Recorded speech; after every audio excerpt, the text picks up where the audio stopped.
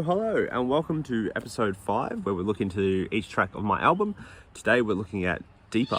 Before we begin, as always, check out the merch, check out the links below for the pre-save to the album, check out my recent track, Well Okay Then. I hope you're enjoying that one. And like, subscribe, leave some comments if you enjoy the stuff, and let's dive right into it. So here we're looking at Deeper. And let's just jump straight in. So, got the leads first. So,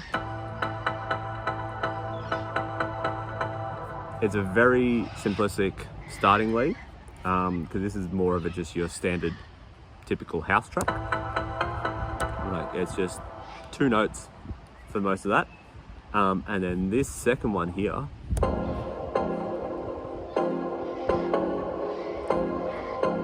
it's a bit more reverbed out version of it. So this is Vital. I don't think I've actually shown this in any of it. But yeah, this is one called Warehouse. And then this one, I think, yeah, it's also Warehouse again, but I've altered it slightly. And that's EQ'd a little bit on that one. But then that's got compressors and EQs and stuff on it as well. So throughout the track, that's pretty much the same thing. I think there's I don't see it, but I'm pretty sure there's a variant, yeah. But yeah, they chop within each other a little bit. I can't talk at this point. I've filmed so many of these that I'm struggling. So bear with me.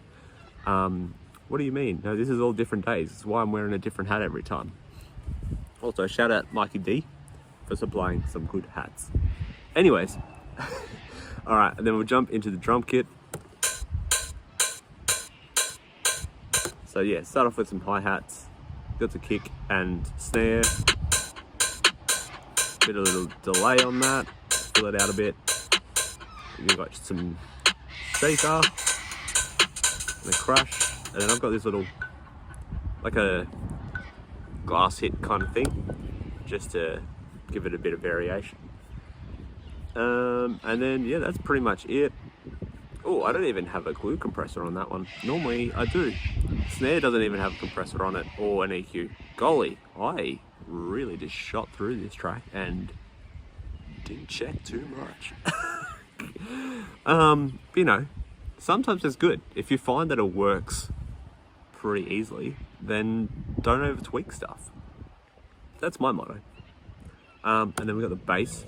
Probably won't be able to hear this because this is going through phone speakers, but we shall see. But yeah, that's it. And then it goes up a little bit there and then just sort of repeats ad nauseum. And then I've just got a whole bunch of effects that play through it.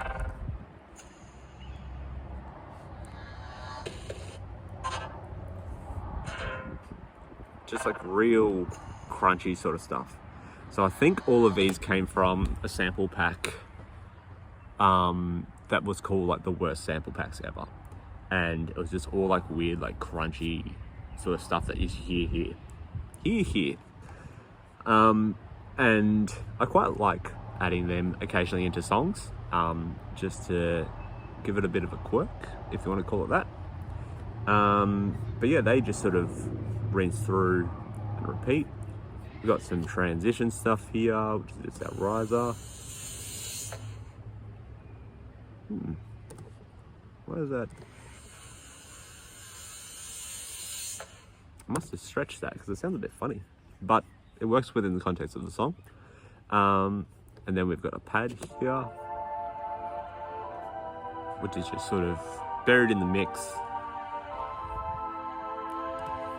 And then we've got vocals here, which is just had a vocal pack of some guy saying deeper a lot. And then there's also this little bit here. I think move it deeper. And then one more line, which is just the move it, but I've just chopped it real small in. And that was kind of buried in there. So if we play it within the context of the song, that's just in time with the lead stab bits. And then also a couple of extra ones just to fill in some gaps kind of thing.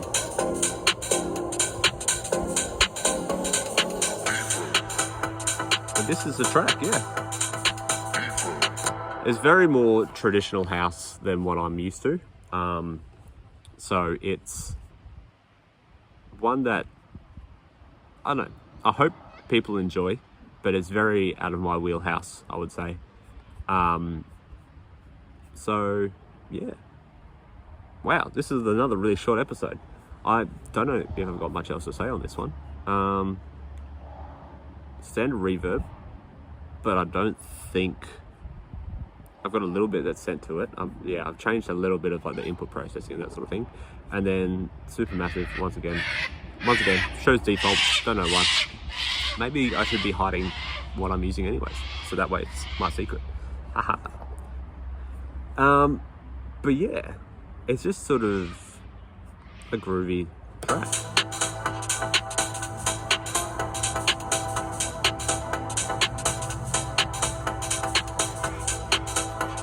Like all the effects are really buried in that mix. Like you probably can't hear it through this unless you've got good speakers or headphones on. But like, yeah, they're just really low in there. The deeper vocal bit, well, it gets deeper as the song goes on. Who would have thought of that? Sound design, am I right, everyone? But yeah, that's the track pretty much. Let's dive into Vital a little bit, flesh this out. So here is the lead one. So if you haven't used a synthesizer before, or you've not really seen Vital before, I'll just have a quick run through. So in this top right hand corner here is the shape of how you play it. So it's got pretty much no attack, so it's going straight away. If we span that out.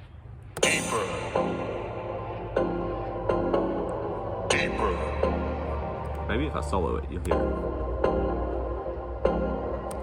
Hold on, why is it not doing anything? Am I looking at the right one?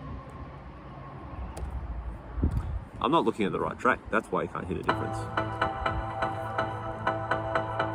So that's with almost no attack. Why? What is going on? What have I done? Am I clicked on this one? No, I clicked on lead 2. Oh my gosh, my brain.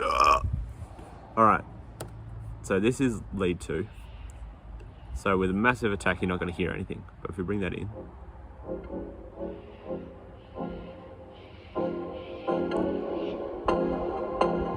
so yeah, that's it there. This little LFO bit here is you can send signals to different aspects of the track, and then that will change the value of it based on the shape you've made here. So this is every quarter note, it's going to ramp up the effect. So like you can see sort of how there's the sine waves and stuff on the left here. So the 3 elements that make up the sound, how they're changing, are being caused by these LFOs. And then down the bottom here is some filters. So they're just a low pass and a high pass. So you can filter which of the different oscillators or sine waves or whatever through to them, so that way you can alter how they sound. And then there's a couple more like stuff over here which I haven't used in this one, so I won't worry about talking about them. On the far left column here under the V is macros, so you can also send stuff to that, and then you can manually tweak them yourself, or you can do sort of some automation in your MIDI line, so that way they change the values over time without having to jump into Vital and like record it as you're turning it, kind of thing. But yeah, that's my bread and butter in terms of synthesizers. And yeah, this was deeper. I hope you've enjoyed. I hope you've had a good time. I hope I have been recording. Whew, that scared me for a second there. But yeah, once again, some merch, some links below for the album, the thing that I'm promoting. How could I forget? Yeah, I hope you had enjoyed, and I shall see you in the next one with Unlucky. So have a good day, night, whatever you may be doing. Charge your phone, and I'll see ya. Bye.